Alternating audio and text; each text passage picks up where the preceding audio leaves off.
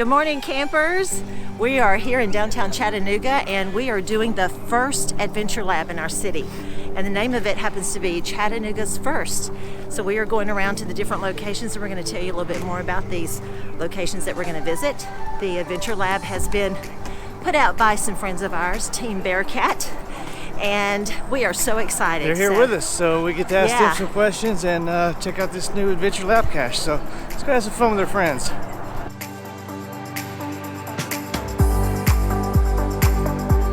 One of the first museums to be established in Chattanooga was Houston Museum of Decorative Art. It is a collection of amazing, rare, and often priceless antiques and collectibles that were gifted to the people of Chattanooga by Anna Houston.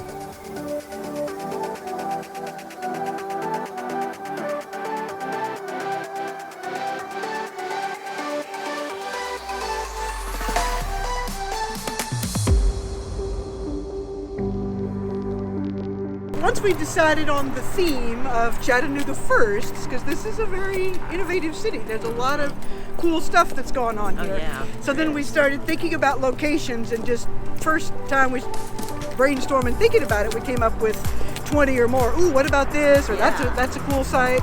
So then we just kind of had to start researching, narrowing them down to come up with ones that were doable in a day's walking tour. Okay, we've arrived at our next one, 52 feet away. First significant iron furnace. Almost 100 years before the Hunter Art Museum stood atop the bluff, Chattanooga's first heavy industrial site, the Bluff Furnace, operated at this location.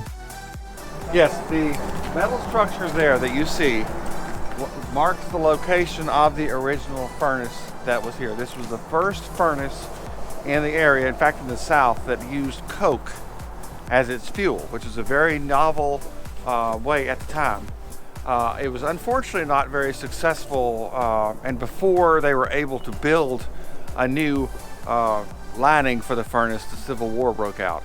After the war was over, they decided not to. They took the materials that were here and took them to Alabama and established the furnace in that location instead of here.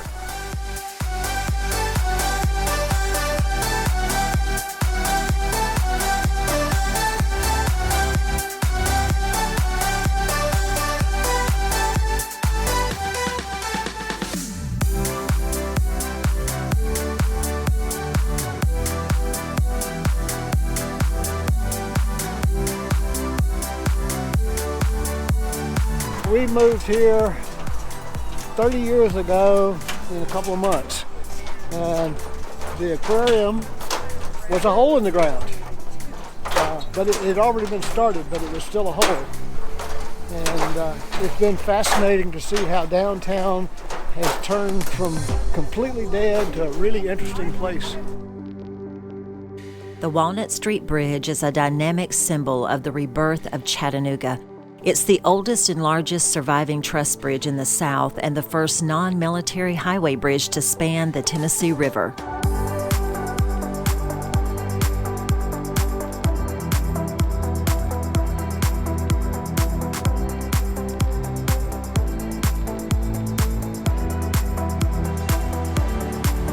Okay, so we're going to get a little information off this plaque here. Take us to the next stage. In 1916, Ernest Holmes Sr. invented the first tow truck. He installed a hand-cranking rigging system on the rear frame of a 1913 Cadillac sedan.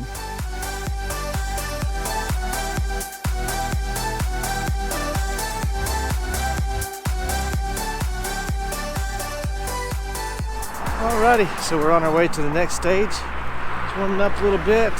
Beautiful day with our friends. If you come to find this adventure lab, you're looking at about 2 hours or so walking around our beautiful city. I want to say thanks for you guys. Thanks to Team Bearcat for putting this out here. It's a really nice adventure lab for the city.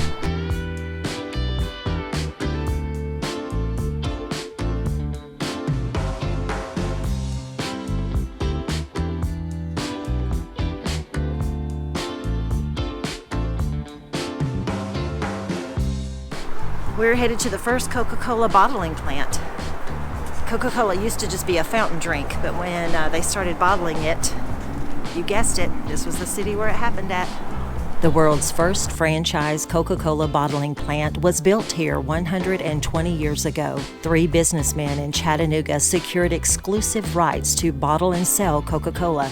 The 3 entrepreneurs purchased the bottling rights for just $1 and developed what became the Coca-Cola worldwide bottling system.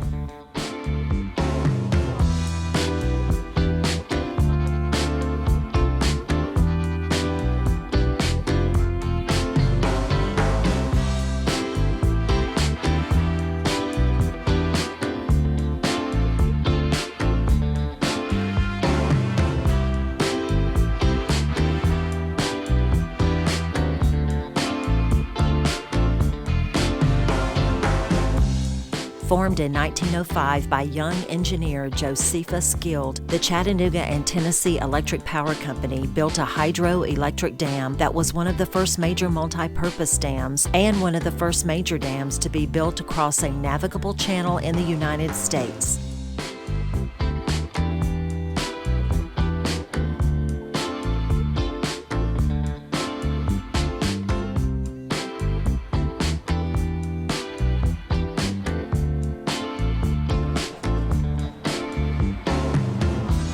Well, guys, thanks for joining us today for this great lab cache. Thanks to Team Bearcat for putting it out.